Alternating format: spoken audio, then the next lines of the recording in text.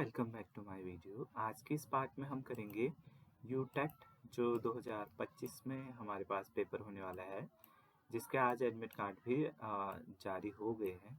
उसका जो हम सामाजिक अध्ययन है, सोशल स्टडीज वाला पार्ट है, उस पार्ट को इस वीडियो में डिस्कस करेंगे। तो आइए स्टार्ट करते हैं वीडियो को। सबसे पहला प्रश्न है प्रश्न संख्या 91। राज्य पुनर्गठन अधिनियम किस वर्ष पारित किया गया था? तो राज्य पुनर्गठन अधिनियम 1956 में पारित किया गया था। ये इसका राइट आंसर हो जाएगा। ठीक है, अगला प्रश्न है ऑपरेशन ब्लू स्टार संबंधित है तो किससे संबंधित है? सैन्य कार्यवाही से संबंधित है ऑपरेशन ब्लू स्टार। अगला प्रश्न है निम्न देशों में से किस देश का लिखित संविधान नहीं है? तो लिखित संविधान ब्रिटेन का नहीं है। ठीक है, इसका राइट ऑप्शन हो जाएगा ब्रिटेन। आगे बढ़ेंगे, भारतीय संविधान की 10वीं अनुसूची संबंधित है। तो 10वीं अनुसूची हमारी संबंधित है ऑप्शन सी, दल बदल के आधार पर अयोग्यता। ठीक है, ये 10वीं अनुसूची में शामिल है। आगे बढ़ेंगे, प्रश्न संख्या 95। मौसमी उपकरणों के द्वारा मौसम संबंधी सूचनाएं एकत्र करना उदाहरण है। तो यह किस चीज का उदाहरण है? प्राथमिक आंकड़ों का। ठीक है, प्राइमरी डाटा।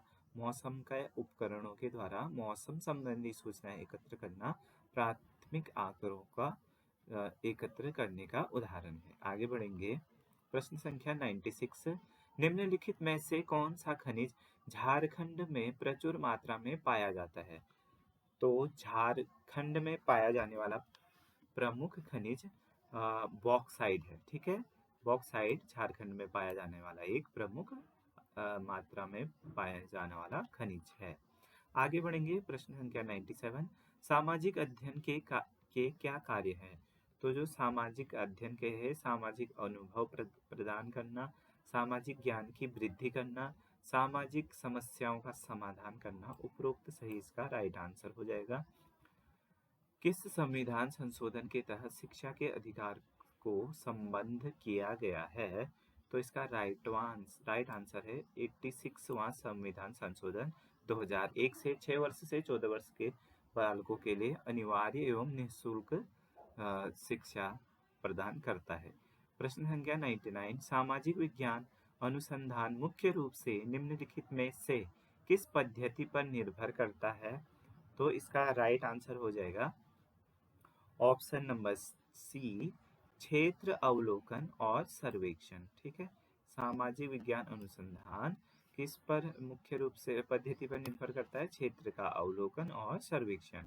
नीति आयोग की स्थापना कब की गई? तो नीति आयोग 2015 में इसकी स्थापना की गई। देखिए यहाँ पर बहुत ही सरल प्रश्न है, आप लोग आराम से कर सकते हैं इन प्रश्नों को, कोई दिक्कत नहीं होना चाहिए। ठीक है, निम्नलिखित हिमालयी भ्रंशों थ्रस्टों का उत्तराखंड के दक्षिण से उत्तर की ओर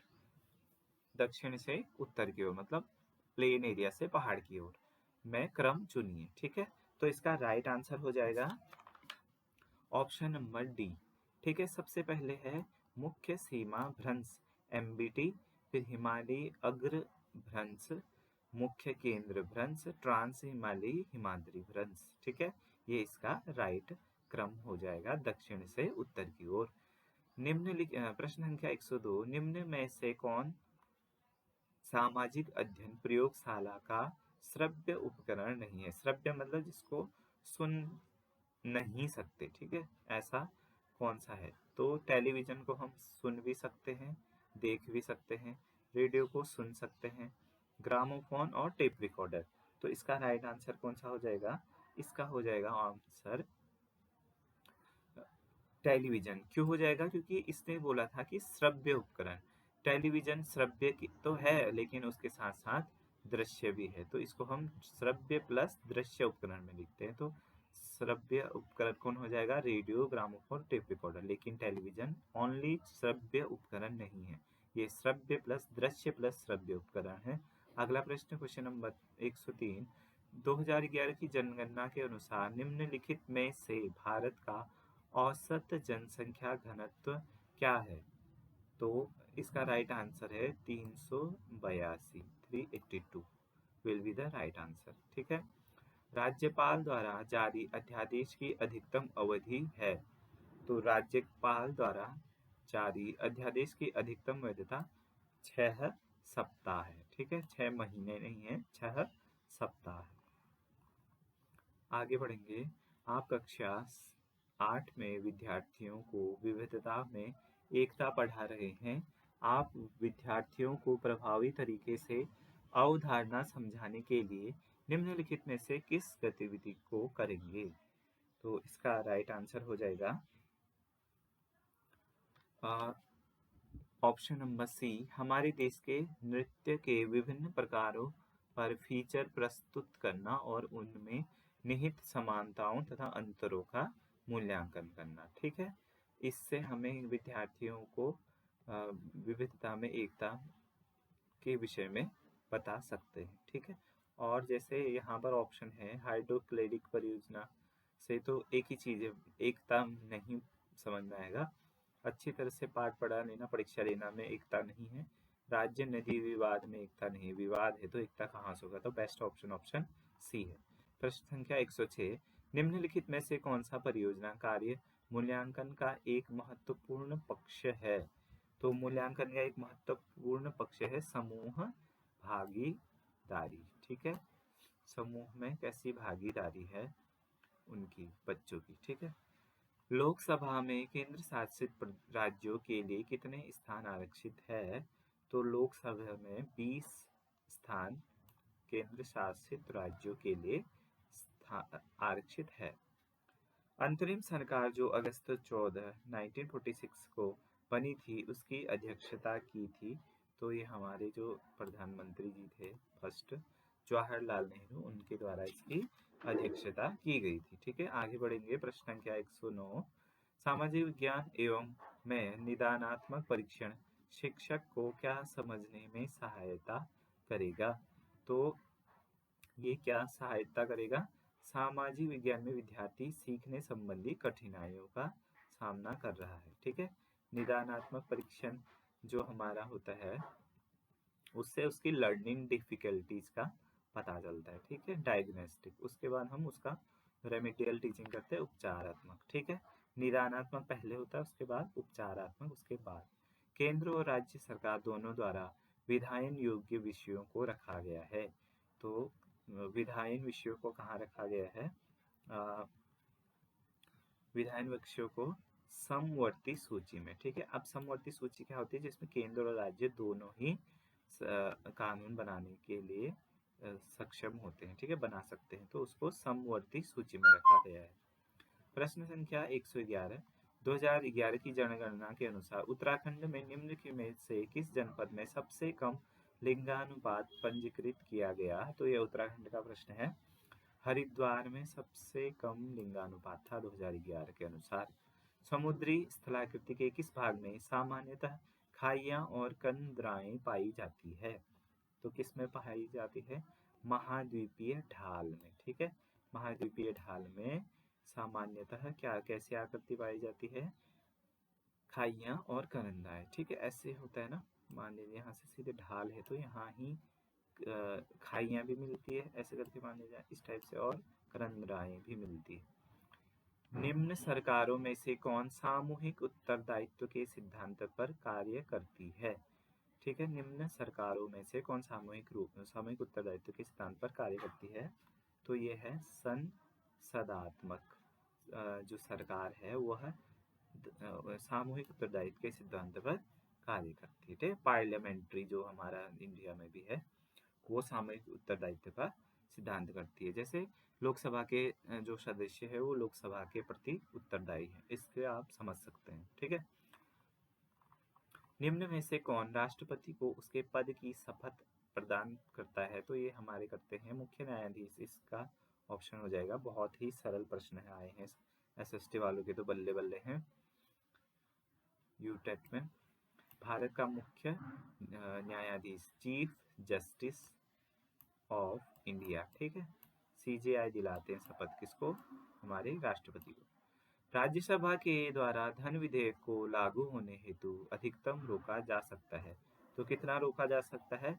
14 दिनों तक धन विधेयक के लिए। ठीक है, धन विधेयक के लिए राज्यसभा कितने टाइम तक रोक सकती है? मैक्सिमम 14 डेज तक उसको रोका जा सकता है। निम्न में से कौन सा लेख रिट उच्च न्यायालय अधीनस्थ न्यायालय को किसी विशेष मामले में कार्य करने से रोकने के लिए जारी करता है? मतलब जैसे कोई अधीनस्थ न्यायालय मतलब उससे नीचे जिसके अधीन आता है, उससे बड़ा जैसे हमारा जिला न्यायालय है, उससे बड़ा तो हाई कोर्ट होता है, हाई कोर्ट से बड़ा सुप्रीम कोर्ट। तो वो सुप्रीम कोर्ट, मान ली जाए हाई कोर्ट में कोई मामला चल रहा है और सुप्रीम कोर्ट को लगता है कि यह देश से संबंधित महत्व का, देश के महत्व का कोई मामला है, तो इसको इसकी सुनवाई सुप्रीम कोर्ट में होनी चाहिए। तो वो हाई कोर्ट अपने अधीनस्थ न्यायालय को आदेश देता है कि इस मामले को आप हमारे सामने प्रस्तुत कीजिए, सुप्रीम कोर्ट के सामने। मतलब कोई भी बड़ा जो उससे उच्च न्यायालय है, वो अपने अधीनस्थ को बोल सकता है कि यह मामला विशेष है, तो इसको हमारे सामने प्रस्तुत करो। तो इस रिट को क्या कहा जाता है? तो वह है प्रतिषेध। ठीक है, प्रतिषेध माने प्रोहिबिशन, उस पर रोक लगा देता है। यह मामला हमारे सामने प्रस्तुत करो कहा जाता है। ठीक है, उसके बाद है पंथ निरपेक्ष समाजवादी शब्दों को भारतीय संविधान के प्रस्तावना में जोड़ा गया। तो यह हुआ था 42 वे संविधान संशोधन में। ऑप्शन हो जाएगा ऑप्शन नंबर सी, 42वें संविधान संशोधन में ये शब्द जोड़े गए थे। ठीक है, आगे बढ़ेंगे। निम्न में से कौन नियमों, विनियमों और मूल्यों के सामाजिक अधिगम को बढ़ावा देगा? तो जो नियमों, विनियमों, मूल्यों के सामाजिक अधिगम को बढ़ावा कौन देगा?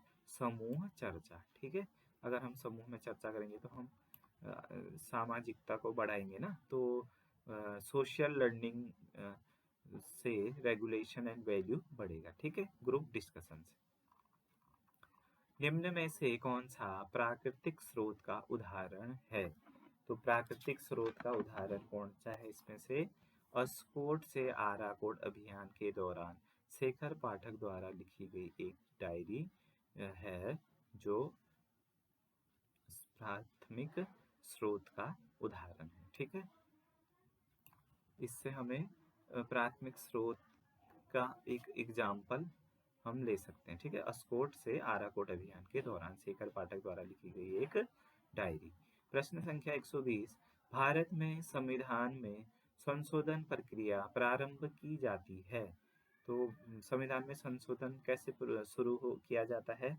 तो इसका राइट आंसर हो जाएगा ऑप्शन नंबर सी, केंद्र और राज्य दोनों के द्वारा। ठीक है, ऐसा नहीं है कि केंद्र सरकार संशोधन कर दे, राज्य सरकार न करें। तो संविधान की संशोधन की जो प्रक्रिया है वो कैसे शुरू होती है? केंद्र और राज्य दोनों ही के द्वारा। ठीक है, प्रश्न संख्या 121, निम्नांकित में से कौन सा अभिलेख स्कंदगुप्त के काल में हूण आक्रमण का उल्लेख करता है? तो हूण आक्रमण का जो उल्लेख होता है वह भीतरी अभिलेख, स्कंदगुप्त के भीतरी अभिलेख से पता चलता है हूणों का आक्रमण के विषय में। प्रश्न संख्या 122, भारत में निम्नलिखित में से कौन सा क्षेत्र अपनी समृद्ध जैव विविधता के लिए जाना जाता है? तो इसका राइट आंसर आप लोगों को सबको पता होगा, भूगोल का ये बहुत ही फेवरेट क्वेश्चन है।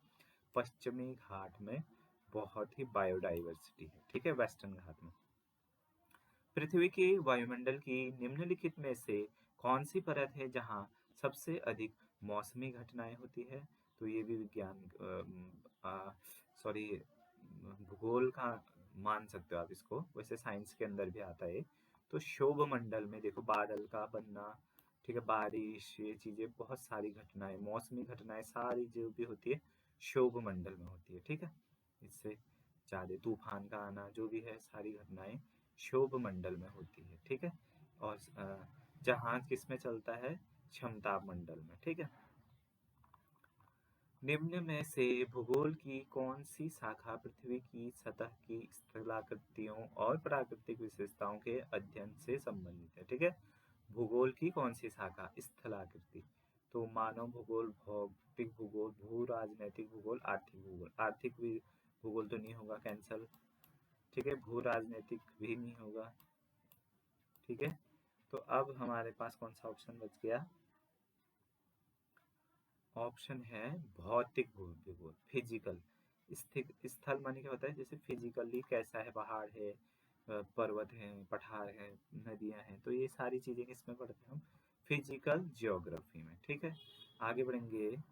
सही मिलान कीजिए, तो इसका राइट आंसर हो जाएगा 125 का ऑप्शन नंबर बी, ए का चौथा। रामकृष्ण मिशन जो शुरू किया था रामकृष्ण, उनके शिष्य स्वामी विवेकानंद ने। ठीक है, उसके बाद दूसरा है डी का 3, हनुमान मज्जासन जो थे सभा किसकी थी? दादा भाई नौरोजी की। सर्वेंट ऑफ इंडियन सोसाइटी था गोपाल कृष्ण गोखले। इस ऑप्शन से भी आप लगा सकते हो direct. Servant of Indian society का लेखक कौन थे? गोपाल कृष्ण गोखले। प्रार्थना सभा आर जी भंडारकर की थी। ठीक है, आगे बढ़ेंगे। भारत की स्वतंत्रता के समय इंग्लैंड का प्रधानमंत्री कौन था? तो यह थे क्लीमेंट एटली। ठीक है, आगे बढ़ेंगे। निम्न, ये तो बहुत ही सरल प्रश्न है, इस प्रकार के क्वेश्चन तो आपको छोड़ना नहीं चाहिए। निम्नलिखित में से किस स्थान पर हड़प्पा सभ्यता का नगर धौलावीरा स्थित है? तो धौलावीरा हमारा कहाँ पर स्थित है? कच्छ के रण में। ठीक है, कच्छ के रण में धौलावीरा स्थित है या था, सॉरी।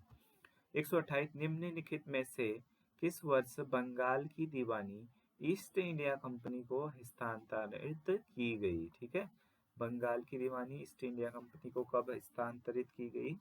तो 1765 में। ठीक है, जिसमें सिराजुद्दौला हार गए थे ना। कौन सा युद्ध था? प्लासी का, आई थिंक, मुझे ज्यादा याद नहीं आ रहा है, आप देख लेना इसको। निम्नलिखित में से पृथ्वी के वायुमंडल में आयतन की दृष्टि से सर्वाधिक मात्रा में कौन सी गैस है? तो ये आपने बचपन से सुना होगा कि कौन सी गैस है? नाइट्रोजन गैस जो है सबसे अधिक होती है। ठीक है, निम्नांकित में से कौन सा गुण सामाजिक विज्ञान अध्ययन के शिक्षक के लिए सबसे आवश्यक है? तो वो है बच्चों की समझ। ठीक है, वैसे तो सभी यहाँ पर राइट होते हैं ऑप्शन ऐसे क्वेश्चनों में, लेकिन हमें मोस्ट अप्रोप्रिएट आंसर टिक करना होता है। ठीक है, आगे बढ़ेंगे। प्रश्न संख्या 131, अकबर के काल में निम्नलिखित में कौन एक भूमि का प्रकार नहीं था? ठीक है, तो इसका राइट आंसर हो जाएगा कर्णकूट। ठीक है, पड़ौती भूमि का एक प्रकार था, चाचर, पोलज, ये सब भूमि के प्रकार है। कर्णकूट भूमि का प्रकार नहीं है। वह सीमा जहाँ दो भिन्न वायु राशियां मिलती है। तो दो भिन्न वायु राशियां मिलती, मतलब इधर से चलने वाली वायु और उधर से चलने वाली वायु मिलती है, तो इसको बोलते हैं वाताग्र। ठीक है, फ्रंट बोलते हैं। ठीक है, जो भी हमारे मॉनसून वगैरह आते हैं, भूगोल का प्रश्न है, आप समझ सकते हैं। दो वायु चलने वाली दक्षिणी पश्चिमी वायु वायु या फिर दो प्रकार की कोई भी वायु हमें मिलती है तो उसको वाताग्र कहते हैं। अभी के लिए आप इतना समझ लीजिए। ठीक है, क्षेत्रफल के आधार पर निम्नलिखित में से उत्तराखंड का कौन सा सबसे बड़ा राष्ट्रीय उद्यान है? तो उत्तराखंड का जो सबसे बड़ा राष्ट्रीय उद्यान है वो है गंगोत्री राष्ट्रीय उद्यान। ठीक है, ये उत्तराखंड का सबसे बड़ा राष्ट्रीय उद्यान है। आगे बढ़ेंगे। प्रश्न संख्या 134, निम्नलिखित में से कौन सी महासागरीय धारा पश्चिमी यूरोप की गर्म जलवायु के लिए उत्तरदायी है? पश्चिमी यूरोप की गर्म जलवायु के लिए कौन सी धारा यहाँ पर उत्तरदायी है? तो इसका राइट आंसर हो जाएगा गल्फ स्ट्रीम। ठीक है, ये गर्म जलधारा है, गल्फ स्ट्रीम। जब आपने जलधारा याद की होगी तो गल्फ स्ट्रीम को गर्म जलधारा में याद किया होगा। ठीक है, निम्नलिखित में कौन सामाजिक विज्ञान अध्ययन की पारंपरिक शिक्षण पद्धति है? ठीक है, ये उसका है पेडागोजी का क्वेश्चन, एसएसटी का। तो 35 का हो जाएगा कहानी कहने की विधि। ठीक है, इसकी पारंपरिक शिक्षण पद्धति, इसी से पढ़ाते हैं बच्चों को सामाजिक विज्ञान के शिक्षक। प्रश्न संख्या 136, निम्नांकित में से कौन सर्वप्रथम हम्पी के भग्नावशेषों को प्रकाश में लाया? तो 136 है। हम्पी के भग्नावशेषों को प्रकाश में लाया या उनकी खोज की, ऐसा भी बोल सकते हैं हम। तो ये कौन थे? कर्नल कॉलिन मैकेंजी ने सर्वप्रथम हम्पी के भग्नावशेषों को प्रकाश में लाया। ठीक है, मैकेंजी जी। निम्नलिखित में से कौन उत्तराखंड में स्थित नहीं है? तो उत्तराखंड में कौन स्थित नहीं है? केंद्रीय भवन अनुसंधान है, सुदूर संवेदन है, पेट्रोलियम संस्थान भी है, राष्ट्रीय ग्रामीण विकास एवं पंचायती राज संस्थान यह नहीं है उत्तराखंड में। ठीक है, आगे बढ़ेंगे। प्रश्न संख्या 138। निम्नांकित चोल अभिलेखों में उल्लेखित भूमि का कौन सा प्रकार जैन संस्थाओं को दान में दिया जाता था? तो जैन संस्थाओं को दान में दिया जाता था पल्ली छन्नम। ठीक है, ग्लोब का निम्नांकित में से कौन सी रेखा 0 डिग्री देशांतर को चिन्हित करती है? तो 0 डिग्री देशांतर को चिन्हित करती है प्रमुख यामयोत्तर, प्राइम मेरिडियन। ठीक है, निम्नलिखित में से कौन सा यात्री एक चिकित्सक, राजनीतिक, दार्शनिक और इतिहासकार था? तो इतने सारे गुण जिसमें थे वो कौन था?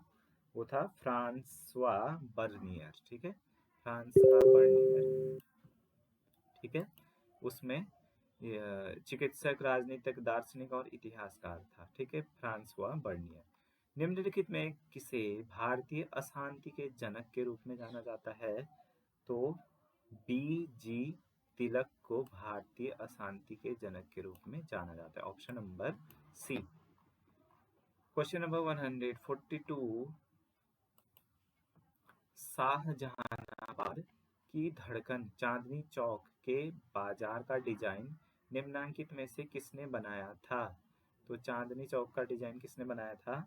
वो बनाया था जहां आरा। ठीक है, एक महिला थी, इनके बारे में आप मुगल कालीन जो इतिहास हमारा है उसमें आप जानेंगे जहां आरा। ठीक है, उनके बारे में अगर डिटेल पढ़ना है तो। निम्न में से किस पारिस्थितिकी तंत्र की उच्च विशेषता उच्च जैव विविधता और घनी वनस्पति है?